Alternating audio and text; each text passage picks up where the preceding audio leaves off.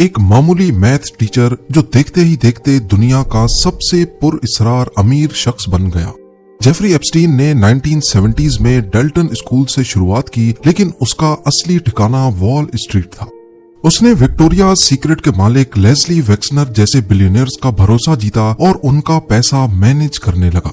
करोड़ों डॉलर्स का कमीशन और एलीट क्लास से दोस्ती। एप्स्टीन ने न्यूयॉर्क से लेकर फ्लोरिडा तक आलीशान बंगलों की सल्तनत खड़ी कर दी, लेकिन इस चमकती दुनिया के पीछे एक तारीक राज छुपा था। एप्स्टीन अपने पावर और पैसे के जोर पर मासूम और कम उम्र लड़कियों का शिकार करता था। ये कहानी है एक ऐसे शख्स की जो दुनिया के लिए एक बिलियनियर था, लेकिन हकीकत में एक भयानक मुजरिम। मैनहट्टन का सबसे बड़ा प्राइवेट महल, न्यू मैक्सिको का 7,500 एकड़ का रैंच और पेरिस में लग्जरी अपार्टमेंट्स। एप्स्टीन की शाही जिंदगी किसी ख्वाब से कम नहीं थी, लेकिन उसकी असली सल्तनत कैरेबियन में वाक़े 72 एकड़ का जजीरा था, लिटिल सेंट जेम्स, जिसे हम एप्स्टीन आइलैंड भी कहते हैं। यहाँ पहुंचने के लिए एप्स्टीन अपना प्राइवेट जेट इस्तेमाल करता, जिसे मीडिया ने लोलिता एक्सप्रेस का नाम दिया। पर आखिर इस आइलैंड पर होता क्या था? दावे किए गए हैं कि इस आइलैंड पर दुनिया के बड़े नामी गिरामी शख्स मेहमान बनते थे और यहाँ अंडर एज लड़कियों को टारगेट किया जाता था। एप्स्टीन की दुनिया में सिर्फ पैसा नहीं, दुनिया के ताकतवर तरीन चेहरे भी शामिल थे। बिल क्लिंटन ने एप्स्टीन के प्राइवेट जेट पर 26 मरतबा सफर किया, जिनमें इंटरनेशनल टूर्स भी शामिल थे। डोनाल्ड ट्रंप भी 90s में एप्स्टीन के पड़ोसी और दोस्त थे, लेकिन बाद में दोनों में दुश्मनी हो गई। ट्रंप ने दावा किया कि उन्होंने हमेशा एप्स्टीन के आइलैंड जाने से इनकार किया था, लेकिन सबसे बड़ा झटका ब्रिटिश रॉयल फैमिली को लगा। प्रिंस एंड्रयू पर इल्जाम था कि उन्होंने 17 साल की वर्जीनिया जूफ्री को एप्स्टीन के कहने पर अब्यूज किया। वर्जीनिया की प्रिंस एंड्रयू के साथ वो मशहूर तस्वीर दुनिया भर में वायरल भी हुई। इसका अंजाम ये हुआ कि प्रिंस एंड्रयू को अपनी रॉयल ड्यूटीज छोड़नी पड़ गईं। $16 मिलियन का सेटलमेंट करना पड़ा और अक्टूबर 2025 में उनसे प्रिंस का लकब भी छीन लिया गया। बिल गेट्स से लेकर हॉलीवुड स्टार्स तक हर कोई एप्स्टीन के सोशल सर्कल में था। FBI को एप्स्टीन के घर से ढेरों सीडीज और फोटोज मिली, जिससे ये भयानक शक पैदा हुआ कि वो इन बड़े लोगों को ब्लैकमेल करता था। हालांकि कानून को अब तक कोई क्लाइंट लिस्ट नहीं मिली, लेकिन एप्स्टीन के ये ताल्लुकात आज भी दुनिया के लिए एक उलझी हुई पहेली है। एप्स्टीन के गुनाहों का भांडा सबसे पहले 2005 में फूटा, जब फ्लोरिडा की कोर्टनी वाइल्ड नामी लड़की ने हिम्मत दिखाई और पाम बीच पुलिस को एप्स्टीन के खिलाफ बयान दिए। पुलिस इन्वेस्टिगेशन ने दुनिया को हिला कर रख दिया। पता चला कि एप्स्टीन एक दो नहीं बल्कि दर्जनों अंडर एज लड़कियों का शिकार कर रहा था। और यहीं से शुरू होता है दुनिया की जुडिशल तारीख का सबसे बड़ा मजाक। 2008 में जब एप्स्टीन को उम्र भर के लिए जेल जाना चाहिए था, तब एक सीक्रेट डील तैयार की गई। यूएस अटॉर्नी अलेक्जेंडर एकोस्टा और एप्स्टीन के महंगे वकीलों ने मिलकर विक्टिम्स को अंधेरे में रखा और एक ऐसा समझौता किया जिसने एप्स्टीन को बचा लिया। नतीजा, एप्स्टीन को सिर्फ 18 महीने की सजा हुई और हैरत की बात यह कि उसे जेल में भी VIP ट्रीटमेंट मिला। वो दिन भर अपने ऑफिस में काम करता और रात को सिर्फ सोने जेल जाता था। सिर्फ 13 महीनों के बाद वो पूरी तरह आजाद हो गया। इस डील ने न सिर्फ एप्स्टीन को बल्कि उसके ताकतवर साथियों को भी बचा लिया, जिनका नाम अब भी एप्स्टीन फाइल्स में दबा है। लेकिन यहाँ पर एप्स्टीन ने एक गलती कर दी।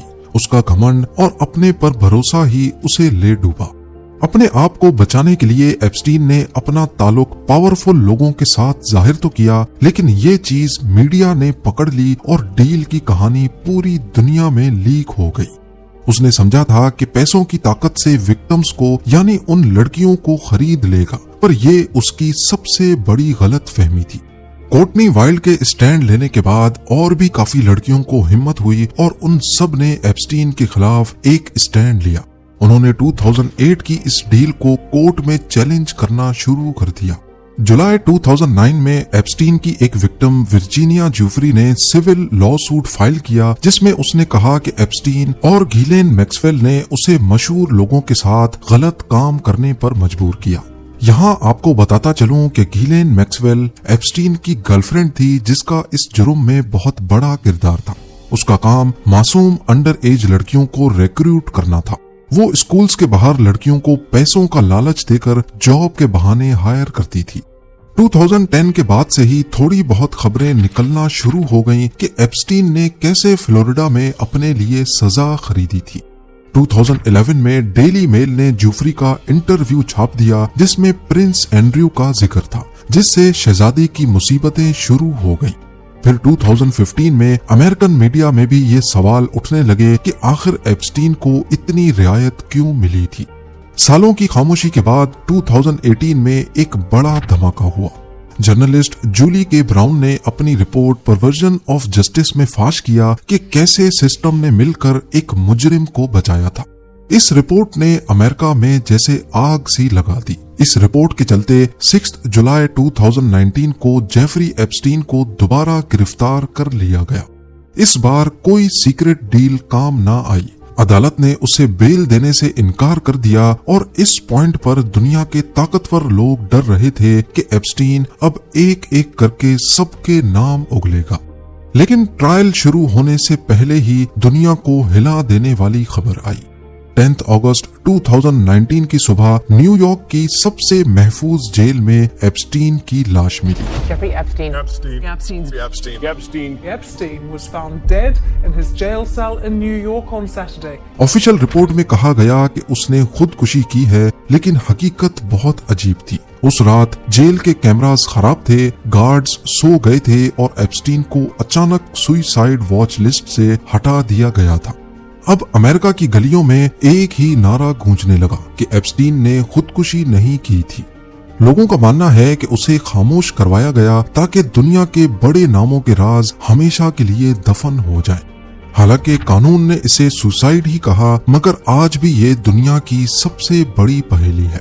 एप्स्टीन की मौत के बाद नजरें उसकी सबसे करीबी साथी गिलेन मैक्सवेल पर टिक गई। मैक्सवेल, जो एक मशहूर British media tycoon Robert Maxwell की बेटी है, को एप्स्टीन की मैडम कहते थे। वही एप्स्टीन के लिए नौजवान लड़कियों को ढूंढने, फंसाने और उन्हें ट्रेन करने में मदद करती थी।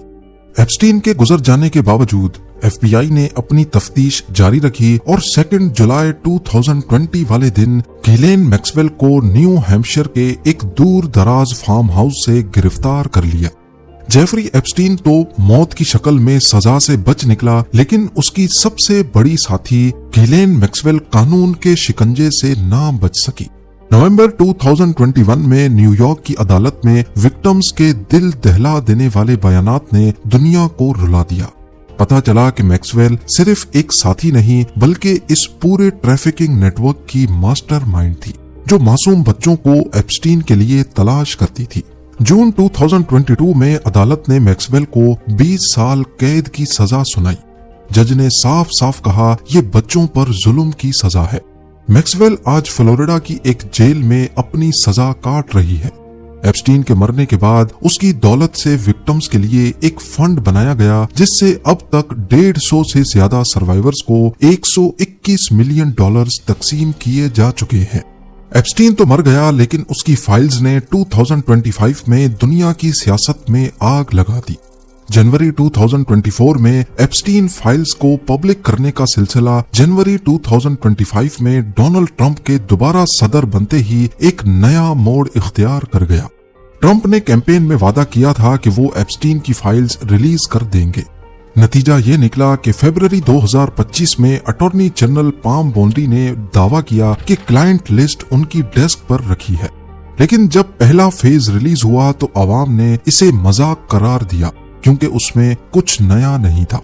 लेकिन असली धमाका नवंबर 2025 में हुआ। अमेरिका की दोनों बड़ी पॉलिटिकल पार्टीज ने मिलकर एप्स्टीन फाइल्स ट्रांसपेरेंसी एक्ट पास किया, जिसने गवर्नमेंट को 19 दिसंबर 2025 तक की डेडलाइन दी कि अब इस डेडलाइन से पहले पहले फाइल्स रिलीज करनी है।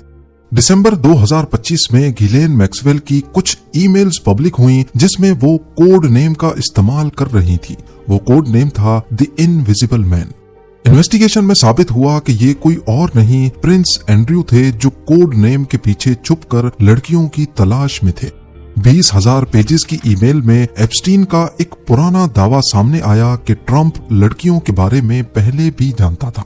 व्हाइट हाउस ने इसे एप्स्टीन का झूठ कहा, लेकिन नए रिकॉर्ड्स ने साबित किया कि ट्रंप ने पहले से कहीं ज्यादा मर्तबा एप्स्टीन के जेट पर सफर किया था। 19 दिसंबर 2025 की डेडलाइन गुजरी तो 30,000 पेजेस का नया डाटा रिलीज हो गया, लेकिन अभी भी 1 मिलियन से ज्यादा पेजेस बाकी हैं।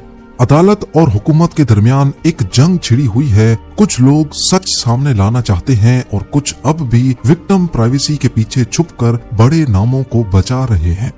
आज जेफरी एप्स्टीन इस दुनिया में नहीं, लेकिन उसके गुनाहों का साया दुनिया के ताकतवर तरीन लोगों पर अब भी मंडला रहा है। प्रिंस एंड्रयू अपनी इज्जत और रुतबा गवा चुके हैं, गहिलेन मैक्सवेल जेल की सलाखों के पीछे है और दुनिया भर के बिलियनियर्स आज भी एप्स्टीन के साथ अपनी दोस्ती की सफाइयां दे रहे हैं। 2005 में एक बच्ची की खामोश आवाज से शुरू होने वाला ये सफर आज दुनिया का सबसे बड़ा करप्शन स्कैंडल बन चुका है। एप्स्टीन आइलैंड पर जो सबसे ज्यादा मशहूर और कंट्रोवर्शियल स्ट्रक्चर मिला वो था एक ब्लू और व्हाइट रंग का टेम्पल। इस टेम्पल के अंदर से कोई इलीगल चीज तो नहीं मिली, लेकिन ऐसे आइलैंड पर टेम्पल नुमा स्ट्रक्चर का होना काफी सारे सवालात खड़े करता है। जब FBI ने 2019 में आइलैंड पर रेड की तो सबसे ज्यादा पूछा गया सवाल ये था कि क्या आइलैंड के नीचे सीक्रेट टनल्स मौजूद थे। उनको कुछ अंडरग्राउंड यूटिलिटीज और टनल्स मिले, लेकिन उनका मकसद किसी को वाजे नहीं हुआ। लेकिन ये बात कंफर्म है कि आइलैंड पर अंडरग्राउंड स्ट्रक्चर्स भी मौजूद थे। इसके अलावा आइलैंड पर जगह जगह अनोखे स्टैचूज भी मिले और चप्पे चप्पे पर CCTV कैमरास लगे हुए पाए गए। ये कैमरास सिक्योरिटी के लिए थे या ब्लैकमेलिंग के लिए, ये सवाल आज तक जिंदा है। एक हेलीपैड जिस पर एक स्ट्रेंज चेहरा बना हुआ है। सैटेलाइट इमेज में देखा जाए तो यहाँ पाम ट्रीज से घिरा हुआ एक रिजॉर्ट भी बना है जो हेलीपैड और प्राइवेट डॉक के साथ कनेक्टेड है। रेड के दौरान कुछ गैर मामूली मेडिसिन्स भी पाई गई। इनमें हार्मोनल मेडिसिन्स ने सबसे ज्यादा सवाल उठाए।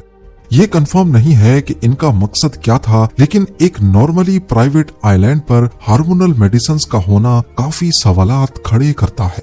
एप्स्टीन अगर जिंदा होता तो इन सारे सीक्रेट से पर्दा उठ चुका होता। यही वजह थी कि शायद उसे सुसाइड करने पर मजबूर किया गया और शायद इसी वजह से सबकी नजरें एप्स्टीन फाइल्स पर जमी है।